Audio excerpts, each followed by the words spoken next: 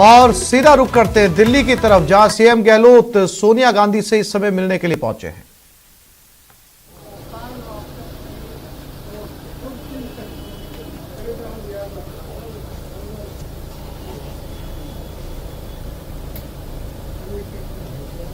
और जो कयास लगाए जा रहे थे कि कांग्रेस अध्यक्षा के साथ सीएम गहलोत की मुलाकात हो सकती है, तो अब सीएम गहलोत की मुलाकात सोनिया गांधी के साथ है। किन मुद्दों को लेकर बातचीत होती है, क्या कुछ तय किया जाता है, वो इस बैठक में तय होगा। हालांकि प्रियंका गांधी से वो मिल चुके हैं। लगातार राजस्थान में मंत्रिमंडल में फेरबदल और विस्तार के कयास लगाए जा रहे थे और दिल्ली से जो सूचनाएं मिल रही हैं उनके मुताबिक इन सब पर हरी झंडी मिल गई है और बहुत जल्द मंत्रिमंडल में विस्तार और राजनीतिक नियुक्तियां देखी जा सकती हैं। और दिल्ली से रवि सिसोदिया हमारे साथ लाइव जुड़ गए, उनके साथ बात करते हैं। रवि, क्या मिलने पहुंच चुके हैं या मिलने के लिए निकल रहे हैं अशोक गहलोत?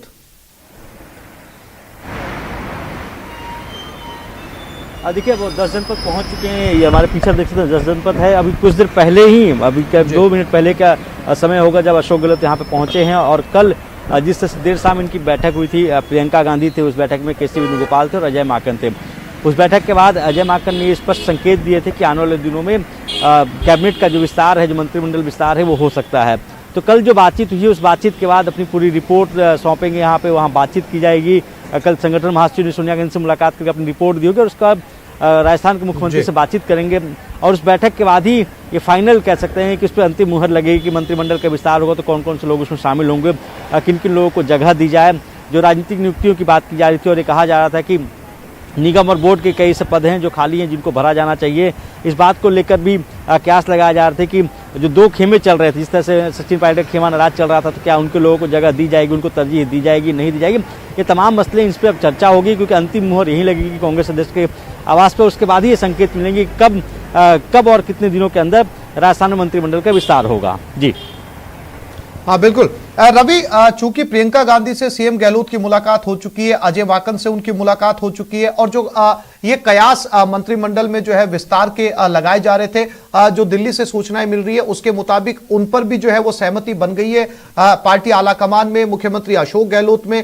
अब जो अध्यक्ष के साथ मुलाकात है, सोनिया गांधी के साथ मुलाकात है, क्या औपचारिकता भर है या कुछ बदलाव भी महसूस किया जा सकता है? जिनके ऊपर सहमति बनी है, कुछ बदलाव हो सकता है इसमें?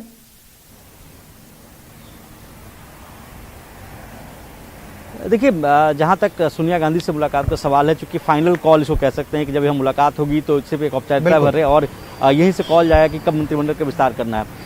जहाँ तक प्रियंका गांधी का सवाल है, आपको याद होगा कि जब पिछले साल जब 2 बगावती शुरू उठे थे और सचिन पायलट का खेमा अलग हो गया था और अपने साथ कई विधायकों को साथ लेकर गए, तो उसके बाद जो सुलह की जो बातचीत की जा रही थी, जो फॉर्मूला तैयार किया था, उसके 3 लोगों की कमेटी बनाई गई थी। जिस कमेटी में प्रियंका गांधी भी थी, अहमद पटेल भी थे और केसी वेणुगोपाल भी थे।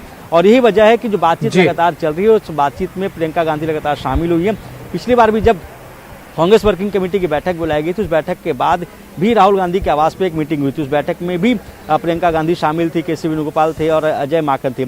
उसके बाद भी एक कयास लगाया जा रहा था कि आने वाले दिनों में जो कैबिनेट का विस्तार है वो हो सकता है, क्योंकि उस समय उपचुनाव होने वाले थे। उपचुनाव के नतीजों का इंतजार किया जा रहा था और जिस तरह से उपचुनाव के नतीजे आए हैं, इस बात से इनकार नहीं किया सकता है कि चाहे वो मंत्रिमंडल का विस्तार हो, चाहे वो राजनीतिक नियुक्तियां हों, उन दोनों में चलेगी सिर्फ राजस्थान के मुख्यमंत्री की ही।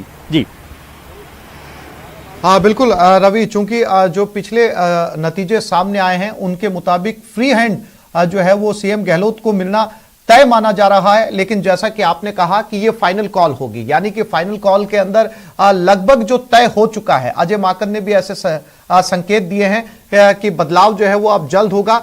और इसके साथ ही साथ जो है रवि, एक बहुत महत्वपूर्ण बात यह भी है कि इस बार कांग्रेस और जिनके हाथ में कांग्रेस, राजस्थान कांग्रेस की कमान है, वो सब ये भी संकेत दे रहे हैं कि इस बार इन फेरबदल की ही जो है वो बात पार्टी आलाकमान के साथ नहीं होगी, बल्कि 2023 में जो विधानसभा चुनाव आने वाले हैं उसमें ये कांग्रेस जो है वो परिपाटी तोड़ने जा रही है कि एक बार कांग्रेस जीतेगी, एक बार बीजेपी जीतेगी। इस बार सभी का यह दावा है कि 2023 की तैयारियां भी उन्होंने अभी से शुरू कर दी है और इसको लेकर भी जो है वो दिल्ली के अंदर मंथन किया जा रहा है।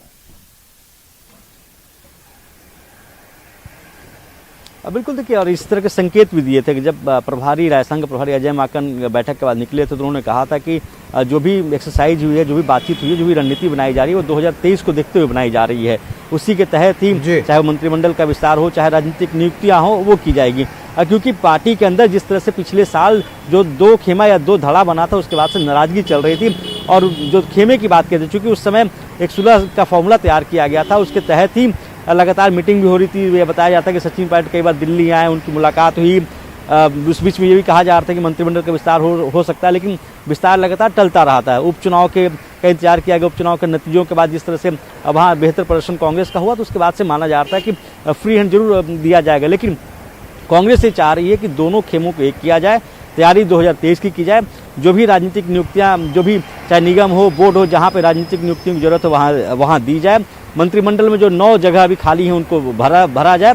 लेकिन एक सवाल और है जिसको लेकर कल वो चुप्पी साध गए थे कि आखिर जो पार्टी कहती है कि एक व्यक्ति एक पद, उस सिद्धांत पे क्या रहेगा। क्योंकि अभी अगर आप देखें तो राजस्थान से 2 ऐसे नेता हैं जिनको प्रभारी बनाया गया है, रघु शर्मा है और साथ ही साथ हरीश चौधरी हैं, और उन दोनों के पास मंत्रालय भी है। तो क्या वो मंत्रालय भी रखेंगे अपने साथ, संगठन का काम भी देखेंगे, और वहाँ के जो प्रदेश अध्यक्ष हैं डोटासरा, उनके पास भी मंत्रालय भी है और वो संगठन और वहाँ के प्रदेश अध्यक्ष भी हैं। तो ऐसे में इसमें भी फैसला लेना है कि क्या एक व्यक्ति एक पद के सिद्धांत को वहाँ लागू किया जाएगा या फिर वो कंटिन्यू करेंगे। जी। और रवि, सबसे महत्वपूर्ण बात, अगर अजय माकन इस तरीके का संदेश दे रहे हैं कि ना केवल मंत्रिमंडल में विस्तार किया जाएगा, बल्कि वो 2023 के चुनाव की भी तैयारी कर रहे हैं, और वो पूरी तरीके से आश्वस्त है कि राजस्थान की जनता 2023 में एक बार फिर से जो है कांग्रेस की सरकार बनाने के मूड में, ये प्रदेश अध्यक्ष का कहना है। तो ऐसे में अब जब सोनिया गांधी के साथ में सीएम अशोक गहलोत की मुलाकात है, तो क्या जो सबसे बड़ा हर्डल है राजस्थान की राजनीति में, जो 2 धड़ों का बार बार जिक्र कर रहे हैं, इसको लेकर भी कोई सॉल्यूशन निकाला जाएगा? क्योंकि अगर 2023 के अंदर कांग्रेस फिर से चुनाव में जाती है तो यह परेशानी एक बार फिर से सामने आ सकती है। इसका कोई परमानेंट सॉल्यूशन आज निकलेगा फाइनल कॉल में?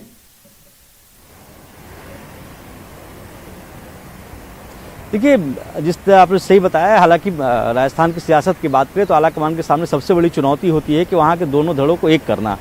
दोनों जिस तरह से, चाहे सचिन पायलट की बात करें या फिर मुख्यमंत्री खेमा की बात करें, तो दोनों खेमे एक दूसरे को दबाव बनाने की कोशिश आलाकमान पर करते रहे हैं। क्योंकि जब पूरा मामला हुआ था उसके बाद से लगातार सचिन पायलट दिल्ली आते रहे, उनकी कई बार आलाकमान से मुलाकात भी हुई और ये दबाव बनाने की कोशिश जरूर की जाती रही कि जल्द से कैबिनेट विस्तार किया जाए, जो उनके सहयोगी विधायक थे उनको मंत्रिमंडल में जगह दी जाए। लेकिन लगातार ये मामला टलता रहा, यहाँ तक कि जब अजय माकन प्रभारी बनाए गए तो उसके बाद भी कई बार उन्होंने कहा था कि बहुत जल्द कैबिनेट का विस्तार होगा, लेकिन वो विस्तार होता नहीं दिखा। तो इस बात का इंकार, इस बात को लेकर इंतजार जरूर किया जाता है। लेकिन आलाकमान के सामने सबसे बड़ी चुनौती है कि अगर 2023 में अगर उन्हें चुनाव लड़ना है तो ऐसे में सबको एकजुट करना होगा, चाहे वो संगठन की बात करें, सरकार की बात करें, सबको एक साथ लेकर चलना सबसे बड़ी चुनौती होगी। और इसी के तहत ये एक्सरसाइज की गई। कल की बैठक में एक फॉर्मूला तैयार किया जा रहा था कि आखिर कैसे सभी लोगों को एडजस्ट किया जाए, ताकि किसी भी तरह से कोई गुंजाइश न रहे, कि कोई नाराजगी न हो। क्योंकि दोनों खेमे की अगर बात करें तो बताया जा रहा है कि सचिन पायलट का जो खेमा, तो उनके खेमे से करीब 3 ऐसे विधायक होंगे जिनको मंत्रिमंडल में शामिल किया जा सकता है। हालांकि ये कहा जा रहा है कि ये एकाधिकार होता है मुख्यमंत्री का कि वो अपने मंत्रिमंडल में किसको शामिल करे या न करे। तो ये दोनों चीजें चल रही है और कांग्रेस सामने सबसे बड़ी चुनौती होगी कि 2023 से पहले जो भी प्रदेश के अंदर जो खींचतान चल रही है उसको सही कर पाए वो। जी बिल्कुल रवि, अगर 2023 में कांग्रेस अगर इस तरीके से मैदान में उतरने की तैयारी कर रही है कि उन्हें वो 2023 का चुनाव भी जीतना है, तो उन्हें ये आपसी जो मनमुटाव है ये खत्म करना एक बड़ी चुनौती होगी। और क्या इसकी बानगी मंत्रिमंडल के विस्तार में देखी जा सकती है? वो नाराजगी खत्म करने का इस मंत्रिमंडल के फेरबदल में जो बदलाव होगा उसके अंदर नजर आ सकता है, वो संकेत दिए जा सकते हैं। अगर दूसरे धड़े के लोगों को मंत्रिमंडल में ज्यादा जगह दी जाती है तो कहीं ना कहीं ये शुरुआत होगी 2023 में के दौरान वो नाराजगी नजर ना आए, उसे इसी टर्म में खत्म कर दिया जाए। रवि,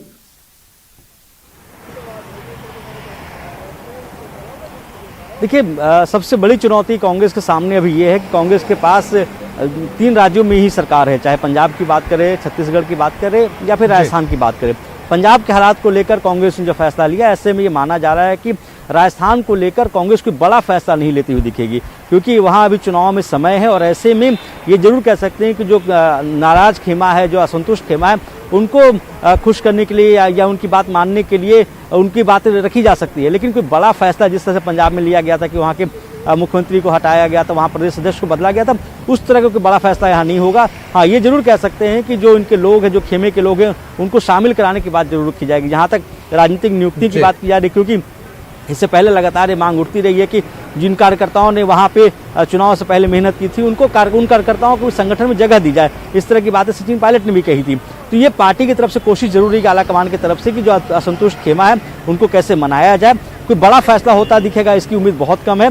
जहाँ तक एक व्यक्ति एक सिद्धांत की बात की जाती रही है पार्टी के अंदर हमेशा से कि जिनके पास संगठन का काम दिया गया उनको सरकार में ना शामिल किया जाए, उसको लेकर भी अंतिम फैसला ले जाए। क्योंकि रघु शर्मा जो कि स्वास्थ्य मंत्री, उनके पास एक बड़ी जिम्मेवारी है। वो राजस्थान जैसे बड़े सूबे, क्षमा कीजिएगा, गुजरात जैसे बड़े सूबे के इंचार्ज हैं। वहीं रघु शर्मा के वहीं अगर आप देखें तो हरीश चौधरी को पंजाब का प्रभार है, और दोनों राज्यों में चुनाव भी होने वाले हैं 2022 में। तो ऐसे में पार्टी को ये तय करना है कि क्या दोनों को संगठन में फ्री हैंड दिया जाए या फिर उनको सरकार में सरकार में बनाकर रखा जाए।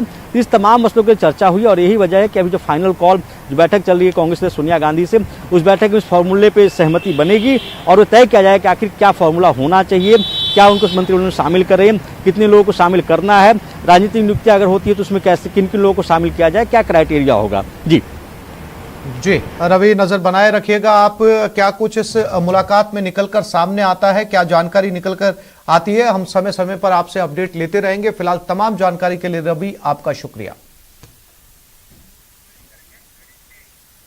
तो इस बुलेटिन में फिलहाल इतना ही। नमस्कार।